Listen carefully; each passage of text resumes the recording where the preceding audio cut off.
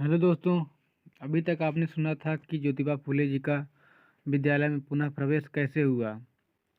अब इसके बारे बाद हम लोग ज्योतिबा फुले की अमर कहानी में उनके गुरु के जो थे, जिनका नाम था लहूजी साल्वे, तो उनके बारे में जानते हैं कि जानने की कोशिश करते हैं कि उनके गुरु क्या कैसे थे। तो चलिए शुरू करते हैं। ज्योतिबा फुले के गुरु क्रांति गुरु लहूजी साल्वे। आधुनिक भारत में सामाजिक क्रांति के इतिहास में क्रांति गुरु लहू जी साल्वे का नाम हमेशा अमर रहेगा। लहू जी दलितों के मुक्तिदाता बाबा साहेब डॉक्टर अंबेडकर के गुरु ज्योतिबा के भी गुरु थे।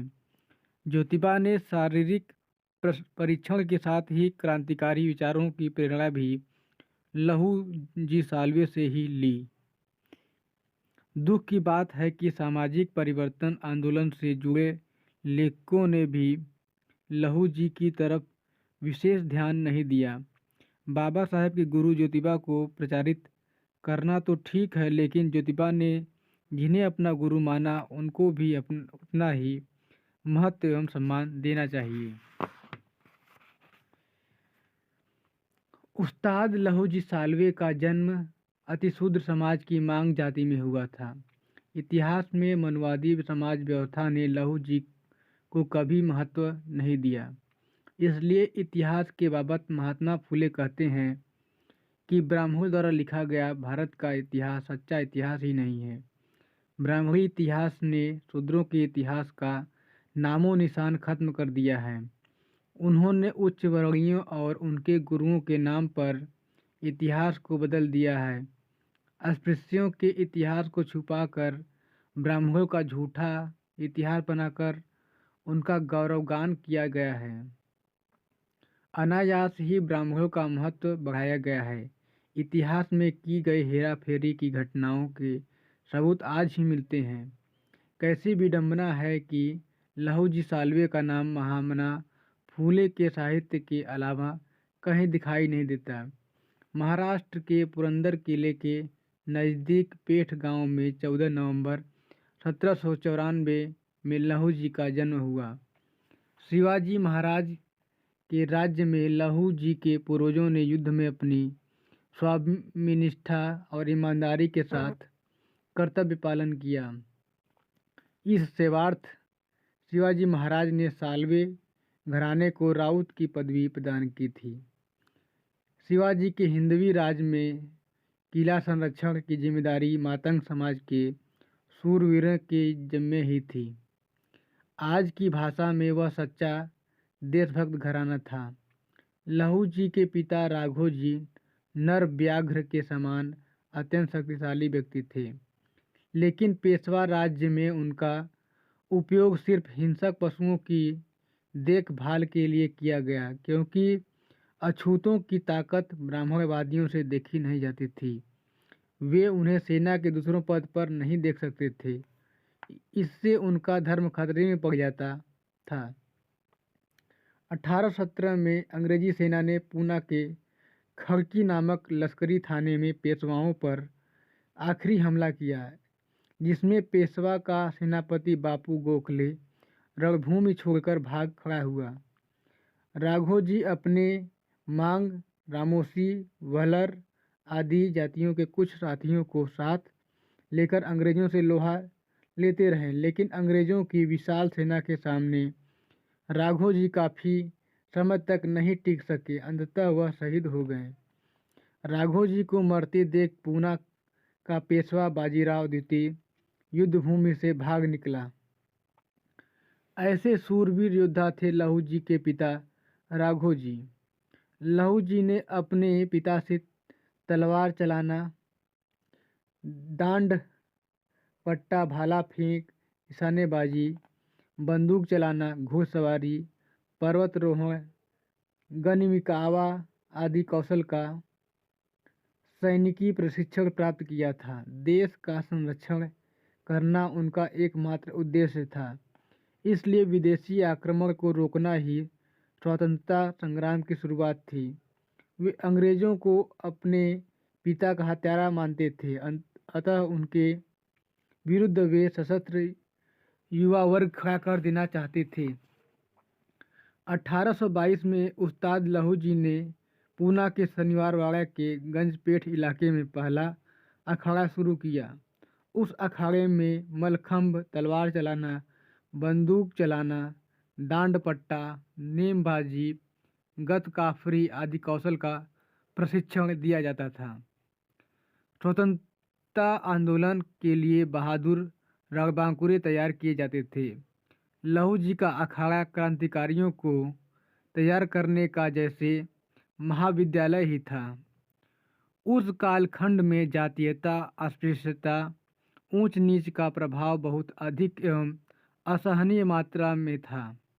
इसलिए पहले लहू जी ने मातंग समाज के युवकों को ही प्रशिक्षित किया, क्योंकि उच्च वर्णीय तथा ब्राह्मणवादी लोग अतिशूद्र से सैनिकी शिक्षा प्राप्त नहीं कर सकते थे। इसलिए वे अपने ही शूद्रातिशूद्रों को जैसे मांग, रामोसी, होलर, भील, कोली, धनगर, महार आदि जाति बंधुओं को सैनिकी शिक्षा देकर क्रांतिकारी तैयार कर रहे थे।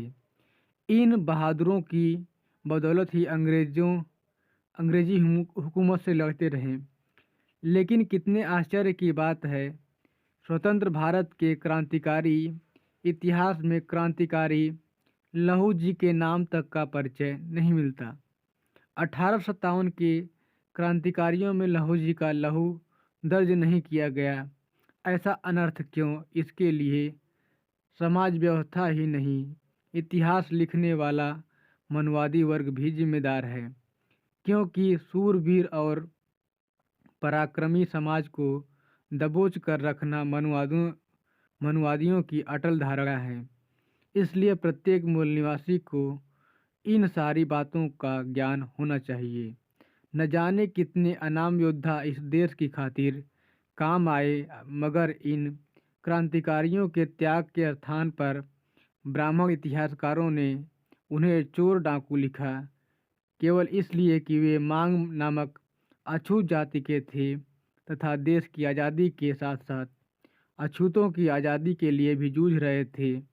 1832-33 में भीषण अकाल की स्थिति में उन्होंने अपने बहादुरों को अंग्रेज़ों का खजाना लूटने का हुक्म दिया था। निर्धर और बेसहारा लोगों की पेट की आग बुझाकर उन्हें जीवित रखना उनका परम उद्देश्य बन चुका था। लेकिन मनुवादी साहित्य में उन्हें डकैत जमात, दरोडेखोर कहकर कलंकित किया गया। ब्राह्मण इतिहासकारों की हमेशा ही ऐसी अमानवीय सोच रही है। उस समय लहू जी के साथ उमाजी नाइक जैसे पराक्रमी एवं धीर वीर पुरुष भी थे। मध्य प्रदेश के टंट्या भील जैसे बलवान और शक्तिशाली व्यक्ति लहू जी के साथ थे। विदेशी हुकूमत को हटाकर अपने ही आदमी को राजा बनाना लहू जी का उद्देश्य था। इस विषय में उनकी किंग मेकर की भूमिका थी। जिस प्रकार आज 85% बहुजन समाज पर 15% उच्चवर्णीय मनुवादियों की सत्ता है, उसे समाप्त करके शूद्रातिशूद्रों की सत्ता स्थापित करने से इस समाज व्यवस्था के ढांचे से बाहर निकलकर समाज परिवर्तन की ओर जा सकते हैं। इस कार्य को लहू जी उसी समय समझ चुके थे। उनकी इसी अवधारणा पर ज्योतिबा फूले जी ने सत्यशोधक समाज की आधारशिला रखी थी। इसी परिकल्पना पर बाबा साहेब डॉक्टर अम्बेडकर ने जोर दिया था और इसी सूत्र के आधार पर मान्यवर कांशीराम जी की बहुजन राजनीति की परिकल्पना परवान चढ़ सकी। पूना के गंजपेट क्षेत्र में ज्योतिबा की थोड़ी सी कृषि भूमि थी। वहाँ महार मांग जाति के लोग खेत मजदूर का काम करते थे। इन्हीं मजदूरों के द्वारा लहू जी और ज्योतिबा की भेंट हुई थी। लहू जी के क्रांतिकारी विचार सुनकर ज्योतिबा फूले अत्यंत प्रभावित हुए थे। लहू जी ने ज्योतिबा फूले को कमाल के सैनिक की प्रशिक्षण के साथ साथ क्रांतिकारी विचार और उस प्रशिक्षण का महत्व समझाया। उन्होंने ही ज्योतिबा के मन में समता की लड़ाई का बीज बोया था। इस तथ्य को सामाजिक परिवर्तन आंदोलन से जुड़े लेखकों एवं साहित्यकारों द्वारा न जाने क्यों दरकिनार किया जाता रहा है। विश्व के इतिहास में सन 1848 का वर्ष सचमुच ही महान क्रांति का वर्ष रहा। गुलामी चाहे वह धार्मिक हो, सामाजिक अथवा राजनीतिक हो, ज्योतिबा की नज़र में हर तरह की गुलामी घृणास्पद थी। तत्कालीन समाज का जातिवादी बंटवारा और उससे उत्पन्न हुई सामाजिक तथा आर्थिक विषमता ज्योतिबा के चिंतन का विषय था। इस विषमता की जड़ अज्ञान था। शूद्रों को प्रकाशमान करने के लिए अस्पृश्यों के लड़के लड़कियों के लिए पूना में प्रथम पाठशाला खोलने का कार्य ज्योतिबा फूले ने किया। लगभग 2500 साल बाद अछूतों के लिए शिक्षा के द्वार खुले इस महान शैक्षणिक क्रांति का सूत्रपात करने वाले महामना ज्योतिबा फूले पहले भारतीय हैं। भारतीय समाज में स्त्री का स्थान जानवरों और शूद्रों से भी निम्न था। स्त्री जाति द्वारा शिक्षा प्राप्त करना धर्म के विरुद्ध किया गया पाप समझा जाता था। लेकिन इस स्थिति में भी ज्योतिबा फूले ने सावित्रीबाई को शिक्षित करके इस देश की प्रथम शिक्षिका अध्यापिका बनाया, क्योंकि फूले का कहना था कि एक शिक्षित स्त्री भावी पीढ़ी की शिक्षिका होती है। शिक्षा का अधिकार न होने से शूद्रातिशूद्र समाज का भारी नुकसान हुआ। सावित्रीबाई के पाठशाला जाते समय कुछ संकीर्ण ब्राह्मण उन्हें रास्ते में परेशान किया करते थे। इस स्थिति से निपटने के लिए उनके संरक्षण की जिम्मेदारी लहूजी तथा उनके जांबाज पट्टों ने ही संभाली थी। वह ज्योतिबा फूले के भी संरक्षक बने थे। अस्पृश्यों के लड़के लड़कियों को फूले की पाठशाला में लाने का काम लहूजी और राणोजी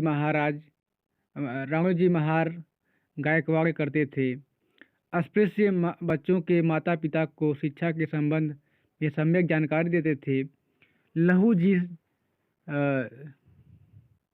ज्योतिबा फूले के संरक्षक थे। इस कारण ज्योतिबा की ओर नज़र उठाकर देखने की किसी में हिम्मत नहीं थी।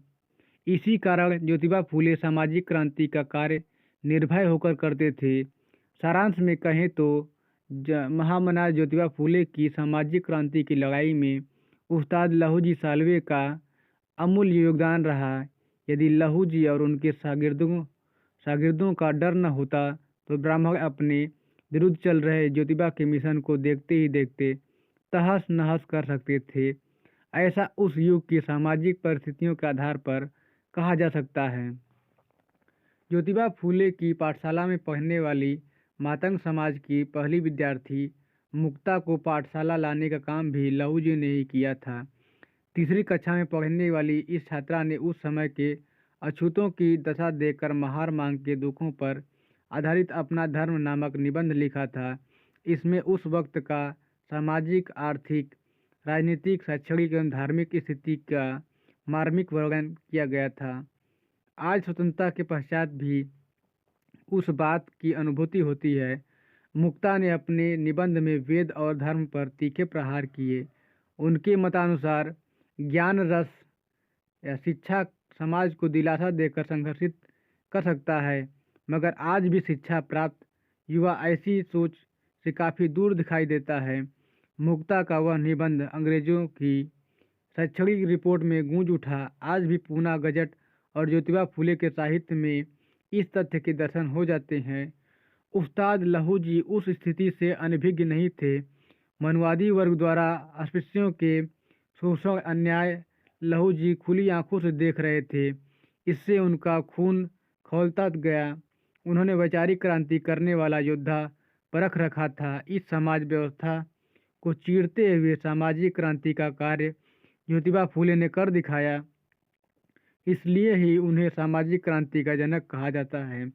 लहूजी का अखाड़ा क्रांतिकारी तैयार करने की असली विद्यापीठ था। 1857 का आंदोलन पहला स्वतंत्रता आंदोलन कहा जाता है, मगर 1857 में पहली जंग हुई, जिसमें राघोजी साल्वे स्वतंत्रता क्रांति के पहले शहीद थे। 1857 में लहू जी ने अपने सैकड़ों बहादुरों को उत्तर भारत के झांसी, दिल्ली, कानपुर, मेरठ आदि भागों में भेजा, जहां उनके अनेक बहादुरों की मृत्यु हुई। उसी समय सातारा के विद्रोह में अनेक मातंग बहादुर फांसी पर झूल गए, लेकिन इतिहास में उनका उल्लेख नहीं किया गया। फिर भी चर्बी युक्त कारतूस से धार्मिक भावनाओं को उत्तेजित करके विद्रोह करने वाले मंगल पांडे को क्रांतिकारी कहकर महिमा मंडित किया जाता है, मगर उसकी धार्मिकता को लेकर विद्रोह था। इसलिए ज्योतिबा फूले कहते हैं कि यह क्रांति ब्राह्मण पांडवों की क्रांति है, जो उनके धर्म के लिए थी, देश के लिए कदाचित नहीं थी। मगर उस्ताद लहू जी की सशस्त्र क्रांति भारत की स्वतंत्रता के लिए लड़ी गई प्रथम और असली लड़ाई थी। वह इस महान क्रांति के गुरु थे। लहू जी की क्रांति की गूंज नेताजी सुभाष चंद्र बोस तक भी पहुंची थी। लहू जी के शिष्यों के अखाड़े में प्रशिक्षित बहादुर आज़ाद हिंद सेना में भर्ती होकर लड़े। सारांश में कहें तो लहू जी ने देश के स्वतंत्रता क्रांति की लड़ाई में प्रथम और महत्वपूर्ण भूमिका निभाई, लेकिन बेईमान कलम कसाइयों द्वारा लहू जी गुरु को इतिहास में उपेक्षित रखा गया, शायद इसलिए कि वे देश के स्वतंत्रता के साथ साथ अछूतों की स्वतंत्रता के लिए भी लड़े। वे एक अछूत क्रांतिकारी थे। यही बात ब्राह्मण इतिहासकारों को चुभती है। उस युग में अस्पृश्यों का इतिहास कौन लिखने वाला था, क्योंकि इस जाति को अति नीच समझा जाता था, इसलिए उन्हें अस्पृश्य, अतिशूद्र कहा जाता था। उनके इतिहास की ओर देखना भी संभव नहीं था। फिलहाल झलकते इतिहास में आद्य क्रांति गुरु लहू जी का स्मरण हो रहा है। आज बाल गंगाधर तिलक और वासुदेव बलवंत फड़के के लहू जी के शिष्य होने का जिक्र हो रहा है, क्योंकि उस युग को दृष्टिगत रखते हुए मांग, महार, चमार आदि अतिशुद्ध जातियों के प्रति घृणित भावनाएं थी। कुएं पर पानी भरने की पाबंदी थी। कई अस्पृश्य पानी न मिलने के कारण प्यासे ही मर जाते थे। उनकी परछाई तक से पाप लग जाता था, धर्म भ्रष्ट हो जाता था। इससे उच्च वर्णियों के आंगन में खड़ा रहना और घोर अन्याय समझा जाता था। यदि कोई मातंग दोपहर में झाड़ू बेचने के लिए गलियों में आवाज़ लगाता था, तो आवाज़ से ही खाना खाते हुए ब्राह्मणों की थाली का खाना भ्रष्ट हो जाता था, प्रदूषित हो जाता था। आज नित नए शोध बता रहे हैं कि लहू जी तो तिलक और फड़के के भी गुरु थे। ऐसे में सवाल उठता है कि उस्ताद लहू जी एक अतिशूद्र जाति के व्यक्ति थे, फिर बाल गंगाधर तिलक और वासुदेव ब्रह्मवंत फड़के लहू जी के शिष्य कैसे हुए? इनके हाथों में लहू जी द्वारा तलवार या दांड पट्टा देने से ब्राह्मण शिष्यों को कितनी छूत लगती होगी? क्या उनके माता पिता ने ऐसे धर्म के विरुद्ध कार्य के लिए अनुमति दी होगी? क्या सनातनी धर्मवादियों ने बहिष्कार नहीं किया होगा? तिलक तो स्त्री शिक्षा के भी घोर विरोधी थे, सनातनी धर्म के पुजारी थे। इस बात पर पाठक वर्ग, शिक्षित वर्ग और समाज सेवी भी अवश्य विचार करें। वास्तव में भगवा ब्रिगेड ऐसे प्रचार से भोले भाले मांग समाज को अपना पिछलग्गू बनाने में सफल हो रही है। आश्चर्य की बात है कि लहू जी की संतानें अपने चिर विरोधियों का झंडा उठाकर गौरव महसूस कर रही हैं। आज अस्पृश्यता का स्वरूप बदला सा दिखाई देता है, मगर प्रारूप वही है। छूत छात तो मिटती सी दिखती है, मगर उसके स्थान पर जातिवाद और अधिक बलवान होता जा रहा है। इसलिए आज़ादी के 50 साल बाद भी यह समाज गुलामी की जंजीरों में जकड़ा हुआ है। लहू जी ने सशस्त्र क्रांति करके अपने ही रक्त बंधुओं को शासक बनाने की भूमिका तैयार की। आज इस देश में समाज परिवर्तन के लिए किंग मेकर की भूमिका फूले, साहू, अम्बेडकरी विचारों से ही संभव हो सकती है। आज महामना ज्योतिबा फूले पर साहित्य लिखने वाले समग्र लोग फूले के उच्च वर्गीय सहयोगियों का उल्लेख कर अधिक करते दिखाई देते हैं, मगर जिस शुद्ध अतिशुद्ध सहकारियों ने ज्योतिबा के कार्य में सहयोग दिया उनका जिक्र नहीं के बराबर होता है।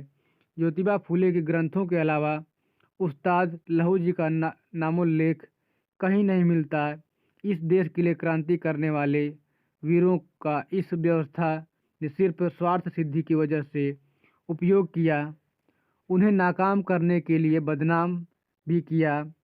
आज उस जाति के बंधुओं को प्रलोभन देकर, कुर्सी देकर, धर्म का बतंगड़ बनाकर मनुवादी वोट बैंक बना रहे हैं। यह उपेक्षित समाज का स्वसम्मान हनन करने का कार्य है, क्योंकि मनुवादी राजनीतिबाज इस समाज को बेवकूफ़ तो बना सकते हैं, मगर उनका मत परिवर्तन नहीं कर सकते। लहू जी की मृत्यु का सन आज ज्ञात नहीं है, लेकिन स्मृति के आधार पर उनके निकट संबंधियों और सत्यशोधक समाज के कार्यकर्ताओं की परंपरा में 17 फरवरी उनकी पुण्यतिथि बताई जाती है। लहू जी की मृत्यु एक रहस्य बनी हुई है। कुछ लेखकों का कहना है कि लहू जी की मृत्यु वृद्धावस्था में हुई, तो कुछ कहते हैं कि पूना के संगम पुलिया के पास अंग्रेज अधिकारी द्वारा सिर काट दिया जाने से हुई। मगर एक क्रांति सेना के मुखिया का अकेला पुलिया के पास जाना असंभव सा लगता है। फिर भी संगम पुलिया के पास मृत्यु होना एक संशयात्मक मुद्दा है। जिस प्रकार महाराष्ट्र के संत तुकाराम महाराज अपने अभंग द्वारा बहुजन समाज को जागृत करते थे, लेकिन मनुवादियों को इस कार्य से चुभन हुई तो उन्हें समाप्त करने के लिए तुकाराम महाराज का खून किया गया। तुकाराम संदेह पुष्पक विमान से बैकुंठ चले गए, उनकी गाथाएं इंद्रायणी नदी में तैर रही हैं। इस प्रकार भ्रामक प्रचार किया गया। उसी प्रकार यहाँ के विश्वासघात की मनुवादी प्रवृत्तियों ने उस्ताद लहू जी सालवे का खून करके उसे मागरी बाबा शहीद बना दिया गया। लहू जी एक क्रांति सेना सशस्त्र क्रांति के गुरु और ज्योतिबा फूले के गुरु होने के बावजूद उनका स्वतंत्रता पूर्व और स्वतंत्रता प्राप्ति के पश्चात भी इतिहास में दर्ज न करना एक आश्चर्यजनक बात है। फिर भी इस बात में संदेह नहीं कि मांग समाज सदा ही सच्चा देशभक्त और लड़ाकू रहा है। इसलिए ज्योतिबा फूले कहते थे कि मांग महार ही कट्टर क्षत्रिय थे। लहू जी प्रशिक्षण क्रांतिकारी विचार संरक्षक होने के कारण ज्योतिबा फूले सामाजिक क्रांति के साथ शैक्षणिक क्रांति करने में पूर्णतः सफल रहे। महाराष्ट्र अनेक महापुरुषों की जन्म और कर्मभूमि रहा है, मगर उनके विचार उस पैमाने पर कार्यान्वित नहीं हुए हैं। समाज व्यवस्था के शिकार केवल अतिशुद्ध समाज के लोग ही नहीं हुए, बल्कि तमाम बहुजन समाज रह चुका है। 17 फरवरी क्रांति गुरु लहू जी सालवे का स्मृति दिन आज समूचा बहुजन समाज मनाता है। वे केवल ज्योतिबा के गुरु ही नहीं थे, बल्कि आधुनिक भारत में सामाजिक क्रांति के पितामह के भी गुरु माने जाते हैं। यही कारण है कि उन्हें क्रांति गुरु लहू जी सालवे कहकर पुकारा जाता है। ज्योतिबा फूले ने सन 1857 के विद्रोह से बहुत पहले ही शुद्धातिशुद्ध समाज की गुलामी को समाप्त करने के लिए आधुनिक भारत के पहले स्वतंत्रता संग्राम का सूत्रपात कर दिया था। उनकी यह मान्यता थी कि भारत से अंग्रेजों की सत्ता आज नहीं तो कल समाप्त होगी ही, लेकिन धर्म के नाम पर जुल्म ढाने वाली अंग्रेजों से भी अधिक जालिम ब्राह्मणी सत्ता थी। वे अंग्रेजों की राजनीतिक गुलामी से ब्राह्मणों की धार्मिक और सामाजिक गुलामी को ज़्यादा भयंकर मानते थे। इसलिए सन 1857 के विद्रोह के प्रति उनके मन में कोई हमदर्दी नहीं रही। उन्होंने खुद को इससे दूर ही रखा। वे जानते थे कि भारत में सच्ची आज़ादी उसी दिन आएगी जिस दिन देश में गुलामों के गुलाम शुद्धातिशूद्र आज़ाद होंगे। जिस देश में शूद्र समाज कुत्तों से भी कम करके आंका जाता हो, उस देश को आज़ाद करवाकर क्या फ़ायदा। अंग्रेजी स्कूल में विविध जाति धर्मों के छात्र पढ़ते थे। उनके संपर्क में आने से ज्योतिबा यह महसूस करने लगे कि गुलामी का मुख्य कारण मानसिक है। जातियाँ जातियों तथा पंथों में विभक्त यह समाज मानसिक दृष्टि से भी गुलाम है। अंग्रेजी स्कूल में विविध जाति धर्मों के छात्र पढ़ते थे। उनके संपर्क में आने से ज्योतिबा यह महसूस करने लगे कि गुलामी का मुख्य कारण मानसिक है। जातियों तथा पंथों में विभक्त यह समाज मानसिक दृष्टि से भी गुलाम है। उच्च वर्गों ने निम्न वर्गों को सदियों से दबा कर रखा था और उनके ऊपर उठने के सारे रास्ते बंद कर रखे थे। बाहरी सत्ता से संघर्ष तो ऊपरी था, सच्चा संघर्ष तो भीतर ही भीतर इस निर्दयी व्यवस्था से था जो यहाँ युगों युगों से ढिठाई के साथ स्थापित थी। इसी व्यवस्था ने समाज के एक वर्ग को सर्वथा अछूत अपमान, दरिद्रता और अभावों की अंधेरी खाइयों में धकेल दिया था। न तो वे आदमी की तरह जी सकते थे और न ही आदमी की तरह मर सकते थे। उनकी हालत जानवरों से भी बदतर थी। ज्योतिबा और उनके मित्र पर मिशन स्कूल की अंग्रेजी शिक्षा का गहरा प्रभाव पड़ा था, किंतु नाना विकल्पों के पश्चात भी वे ईसाईयत ग्रहण करने को तैयार नहीं हुए। उन लोगों ने निश्चय किया कि जीवन में विभिन्न धर्मों के अच्छे सिद्धांतों को अपनाया जाए। धर्म परिवर्तन से कोई भी काम सिद्ध नहीं हो सकता, क्योंकि मानव रचित सभी धर्मों में कोई न कोई रोगियां व्याप्त है जिनसे बचने की आवश्यकता हमेशा रहेगी। समय बीतता गया, घटना वृत्त संवरता गया। 1847 में ज्योतिबा ने मिशन स्कूल की शिक्षा पूरी कर ली। ज्योतिबा की रग रग को अमेरिका के स्वतंत्रता संग्राम की घटनाएं बेचैन करती थीं। एक दिन दो अंग्रेज ज्योतिबा के सामने अपनी श्रेष्ठता का अहंकार जताने लगे। ज्योतिबा से यह सहन नहीं हुआ। विवाद शारीरिक द्वंद्व में परिणत हो गया। प्रचंड बाहुबलधारी ज्योतिबा ने उन दोनों को बुरी तरह पटक कर और एक गच्चा देकर खदेड़ दिया। वस्तुतः ज्योतिबा समान मानवाधिकार तथा मानवीय स्वतंत्रता के प्रबल पोषक थे। बालक ज्योतिबा अब ज्योतिबा फूले कहे जाने लगे थे। वैसे उनका नाम ज्योतिबा था, लेकिन उनके साथी उन्हें प्यार से ज्योतिबा कहते थे। बाबा साहेब डॉक्टर अंबेडकर ने उनका नाम ज्योतिबा लिखा है। ज्योतिबा ने अपनी पुस्तक गुलामगिरी स्लेवरी में स्पष्ट लिखा है कि वे अपने देश से अंग्रेजी शासन को उखाड़ फेंकना चाहते थे। ज्योतिबा के छात्र जीवन में ही अंग्रेजी शासन के विरुद्ध यत्र तत्र विद्रोह की छुटपुट घटनाएं होने लगी थी। धीरे धीरे ब्रिटिश शासन के विरुद्ध विद्रोह की आग सुलग रही थी। 1839 से 1846 ईस्वी के बीच भाऊ खरे, चिमनाजी जाधव तथा नाना दरबारे ने सत्याच्युत किए गए पेशवा के नाम पर ब्रिटिश शासन के विरुद्ध आंदोलन छेड़ दिया। विद्रोह दबा दिया गया तथा दो व्यक्तियों रामचंद्र गोरे और कोली को बहुत बेरहमी से फांसी दे दी गई। ज्योतिबा यद्यपि इन मित्रों को फांसी दिए जाने से बहुत दुखी थे, फिर भी उन्होंने अपने अन्य साथियों के साथ प्रच्छन्न ढंग से ब्रिटिश शासन से अपने देश को मुक्त करने की योजनाएं बनाना प्रारंभ कर दी। ज्योतिबा ने अपनी पुस्तक में स्पष्ट लिखा है कि स्वतंत्रता एवं राष्ट्रीयता का बीज उनके मस्तिष्क में उनके ब्राह्मण अध्यापकों तथा ब्राह्मण मित्रों ने ही बोया था।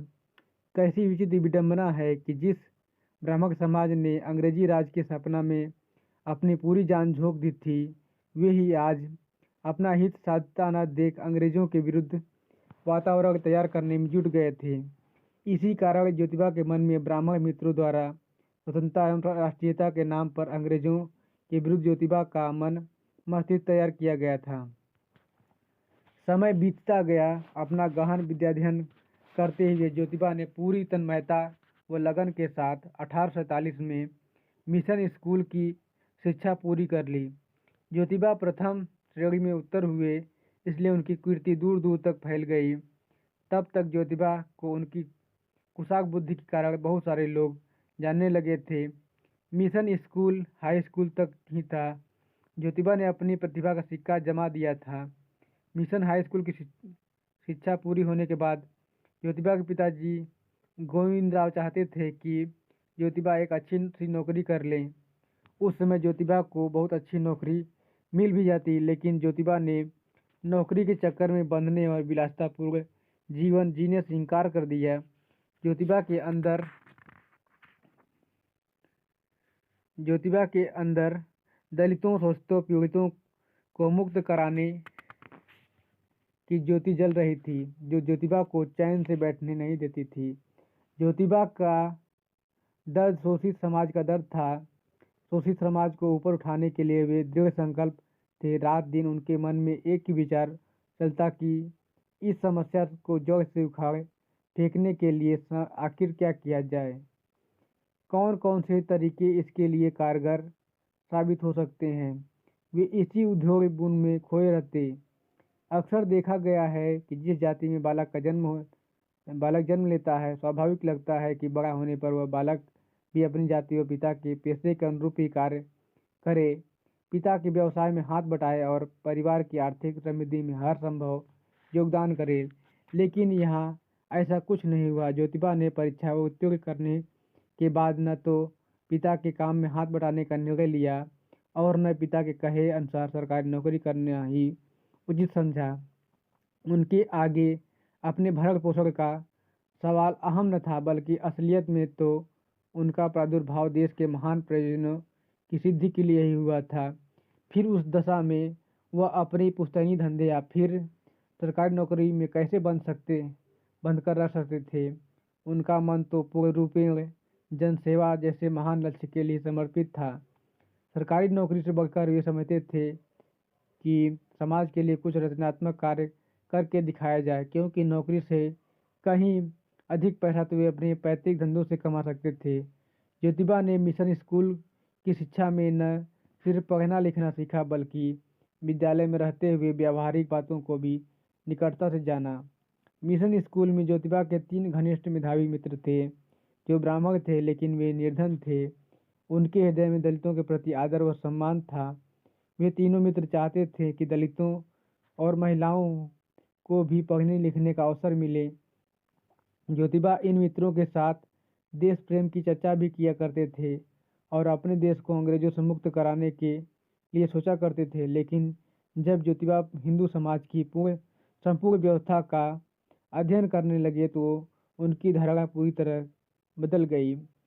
जब उन्होंने ब्राह्मणी साहित्य, धर्म, दर्शन तथा भारत के सामाजिक ढांचे को अपनी बुद्धि की कसौटी पर परख कर देखा, तो उन्हें महसूस हुआ कि भारत के मूल निवासियों और दलित शोषितों को अंग्रेजों का ऋणी होना चाहिए। अगर अंग्रेजों का शासन न होता तो इस देश में करोड़ों दलित, शोषित आदिवासी अभी तक जानवर से भी बदतर जीवन बिता रहे होते। देश की कुल आबादी की 50% महिलाओं को भी अंग्रेजों का आभारी होना चाहिए। आज के संदर्भ में यह विचार किसी गलत लग सकता है, लेकिन उस युग में मानवता को ब्राह्मणवाद की आग में तड़पते हुए उन्होंने देखा था। उनके जन्म से 8 वर्ष पहले ही पेशवाई शासकों का आतंक व्याप्त था। उनकी दहला देने वाली वारदातें ज्योतिबा को खुद अपने बुजुर्गों से सुनने को मिली थी। मिशन स्कूल में ज्योतिबा के बहुत सारे मुसलमान मित्र भी थे, जो उनके साथ समानता का व्यवहार करते थे और हिंदू समाज की बुराइयों को बहुत ही गंभीरता से लेते थे और अकेले में रहने पर उसका गहन चिंतन मनन भी किया करते थे। आखिरकार दिनों दिन ज्योतिबा की यह भावना प्रबल होती गई कि मैं अब इन बुराइयों को खत्म करके ही दम लूँगा, क्योंकि जो इस व्यवस्था से पीड़ित है उन्हें ही इस व्यवस्था का अंत करने के लिए उठ खड़े होना होगा। जो लोग इस अत्याचारी व्यवस्था में लाभ ले रहे हैं, भला वे इसे खत्म क्यों करना चाहेंगे। ज्योतिबा ने मिशन स्कूल में शिक्षा अध्ययन के दौरान केवल विद्यालय की पुस्तकें ही नहीं पढ़ी, उन्होंने तुकाराम गाथा, एकनाथ की भागवत, ज्ञानेश्वर की ज्ञानेश्वरी आदि पुस्तकों को भी पढ़ा है। इसके अलावा गीता, उपनिषद, पुराणों जैसे धार्मिक ग्रंथों का भी गहन अध्ययन किया। ज्योतिबा ने मिल स्पेंसर, थॉमस पेन आदि पश्चिमी विचारकों के साहित्य को भी पढ़ा। ज्योतिबा ने शिवाजी और जॉर्ज वाशिंगटन की जीवनियों का भी गहन अध्ययन किया और उन्हीं का समान साहस और शौर्यपूर्ण कार्य करने का संकल्प लिया। तब ज्योतिबा की आयु मात्र 21 वर्ष की थी। तो ये चैप्टर खत्म होता है। जो है आगे जो का चैप्टर का नाम है ज्योतिबा का भीषण अपमान। तो आगे हम जारी रखेंगे इसको जो है। धन्यवाद।